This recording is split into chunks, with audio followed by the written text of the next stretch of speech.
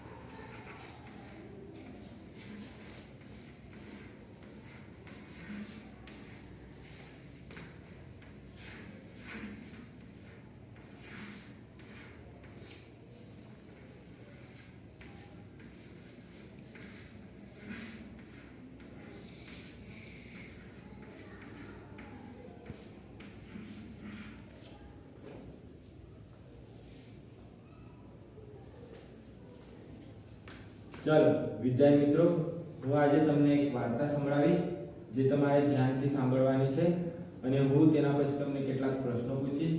તમે મને તે પ્રશ્નોના જવાબ આપજો. ગંગાનગર નામનું એક નાનું શહેર હતું. ત્યાં લોકો સારું અને સ્વસ્થ જીવન ગુજારતા હતા.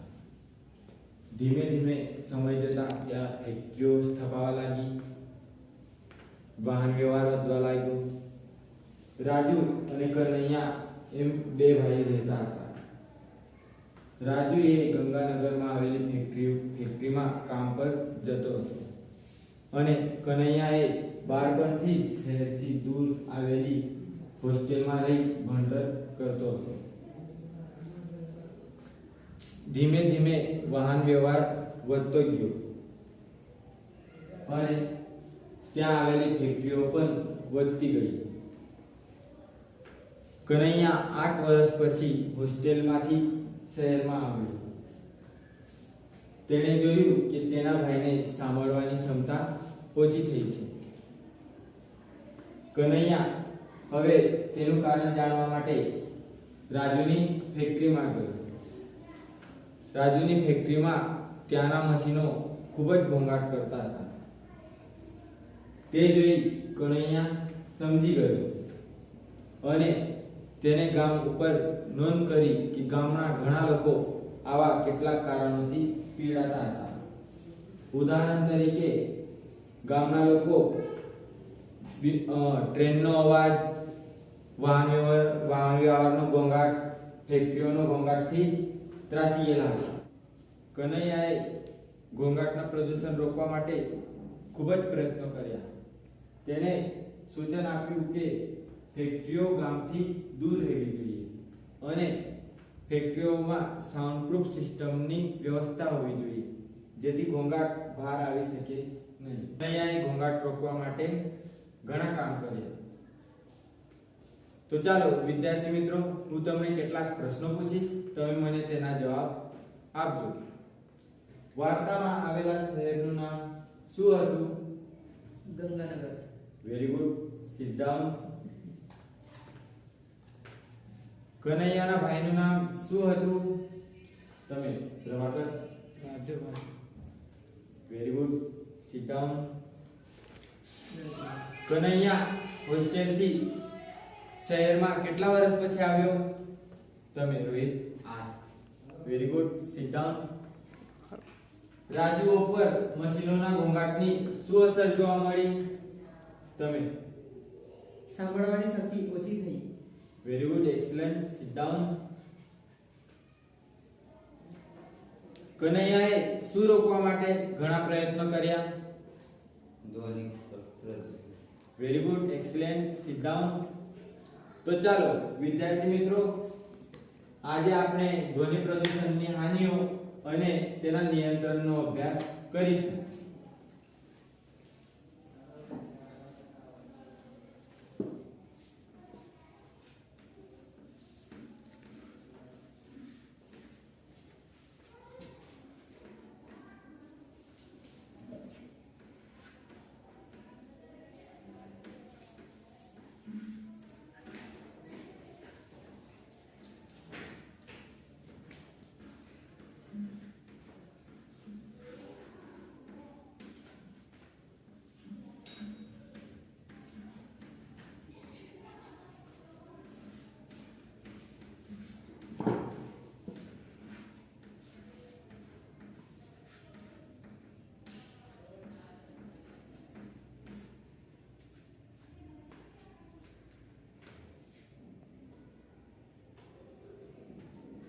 વિદ્યાર્થી મિત્રો, આપણે ધ્વનિ પ્રદૂષણની કઈ કઈ હાનિ છે તે જોઈશું.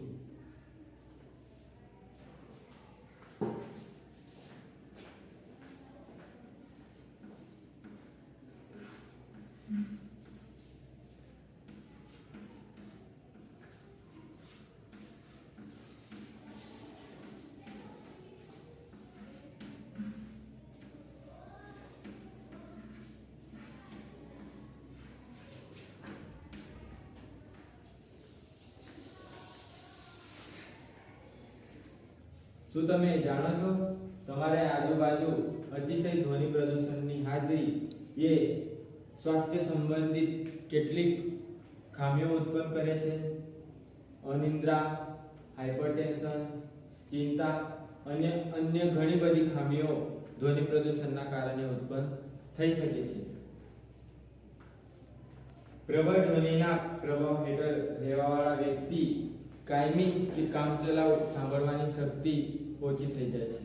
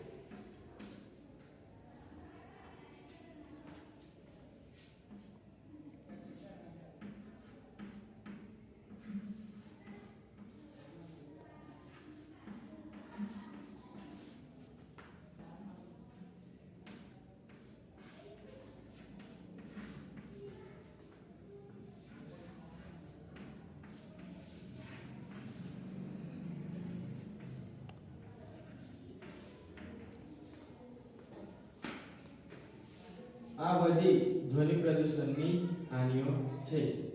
હવે હું તમને બે ફ્લેશ કાર્ડ બતાવીશ જેમાં ધ્વનિ પ્રદૂષણની હાનિ દર્શાવી છે.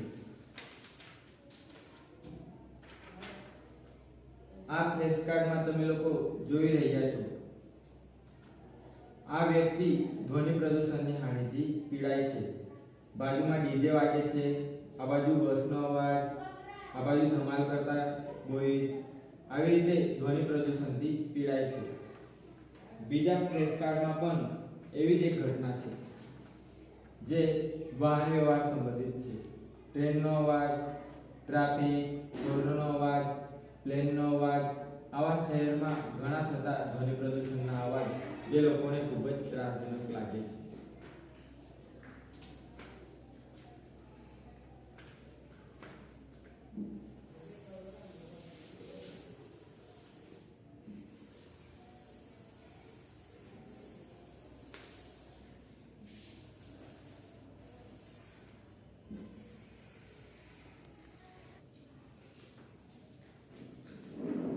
હવે વિદ્યાર્થી મિત્રો, આપણે ધ્વનિ પ્રદૂષણમાં નિયંત્રણ કરવાના ઉપાય જોઈશું.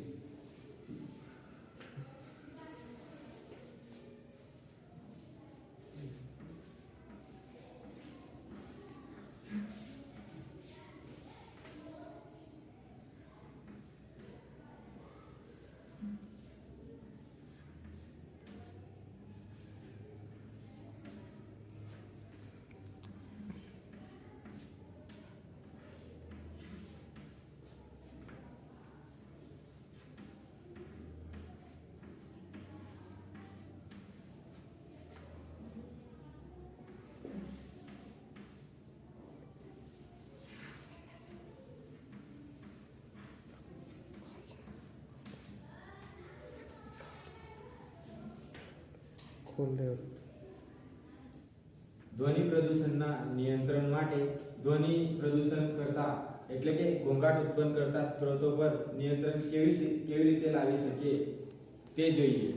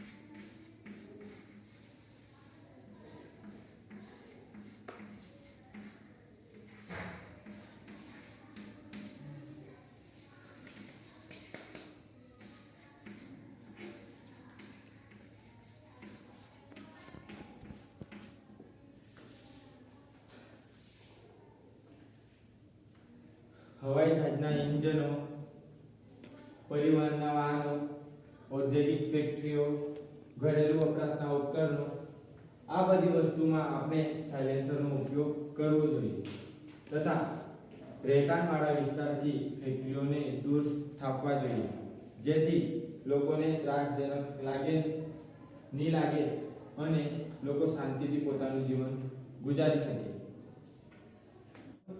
વિદ્યાર્થીઓ, હવે મને તમે ઉદાહરણના નામ જણાવજો.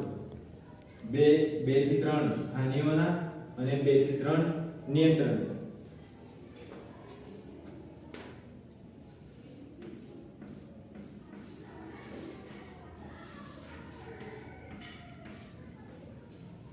ધ્વનિ પ્રદૂષણની હાનિઓ કઈ છે? હાઇપરટેન્શન, ચિંતા, સાંભળવાની શક્તિ ઓછી થવી. Very good.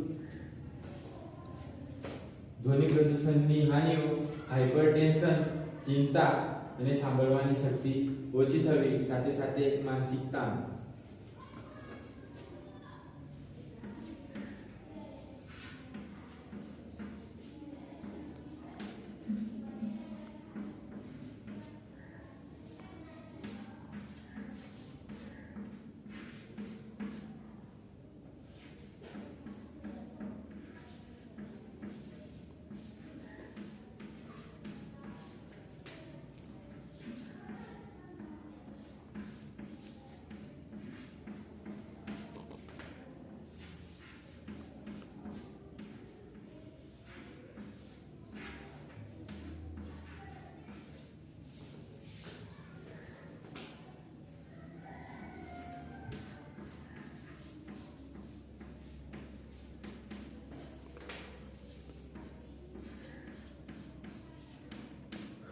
હવે વિદ્યાર્થીઓ, મને 2 થી 3 નિયંત્રણના નામ ઉપાયો જણાવો.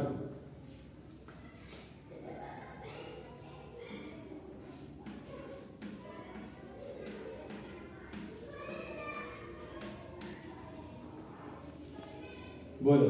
નિયંત્રણ. સાયલેન્સર લગાવવું, વૃક્ષો વાવો. ધ્વનિ પ્રદૂષણના નિયંત્રણ.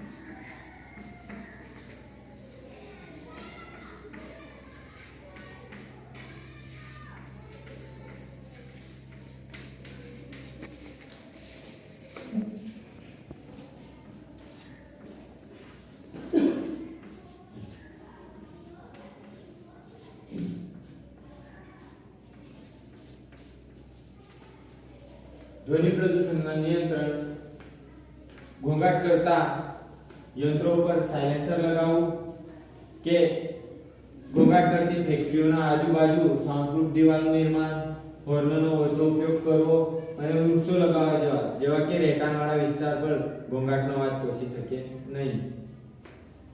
વિદ્યાર્થીઓ, હાનિઓ અને નિયંત્રણ તમે તમારી નોંધપોથીમાં નોંધ કરો.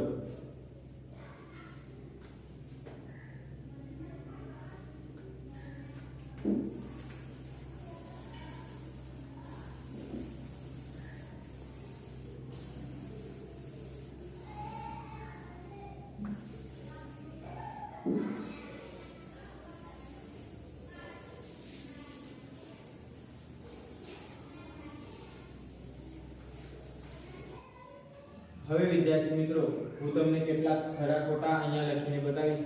તમારે તેના જવાબ મને આપવાના રહેશે.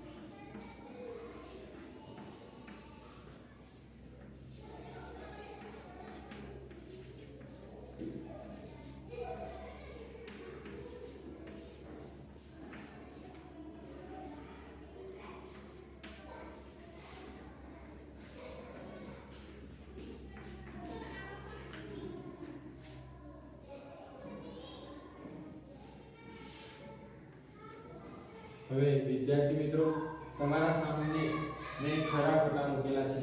તમારે તેનામાંથી મને જણાવવાનું છે કે કયું વિધાન સાચું છે અને કયું વિધાન ખોટું છે. હવે તમને એક એક કરીને વિધાન પૂછું. ધ્વનિ પ્રદૂષણથી સાંભળવાની શક્તિ ઓછી થાય છે. આ વિધાન સાચું છે કે ખોટું છે? સાચું. હવે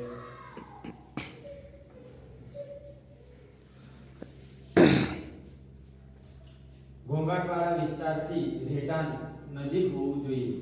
આ વિધાન સાચું છે કે ખોટું છે? ખોટું.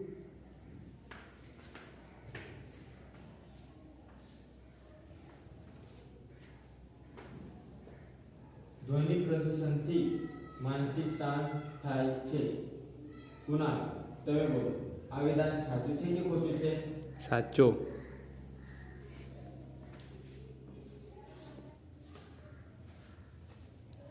હાથ પગ દુખવા એ ધ્વનિ પ્રદૂષણની હાનિઓ છે. આ વિધાન સાચું છે કે ખોટું? તમે. ખોટું. રાઈટ. બને એટલો ઓછો ઘોંઘાટ કરવો જોઈએ. આ વિધાન સાચું છે કે ખોટું? સાચું.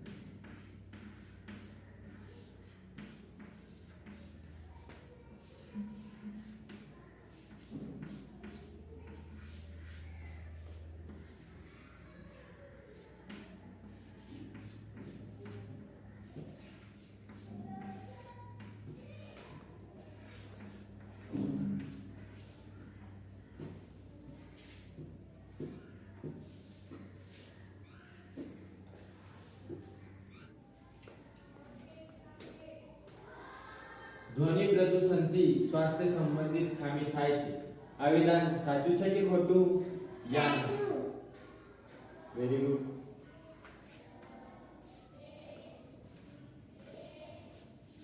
હવાઈ જહાજનો ઘોંઘાટ એ ધ્વનિ પ્રદૂષણ નથી. આ વિધાન સાચું છે કે ખોટું? ખોટું. Very good.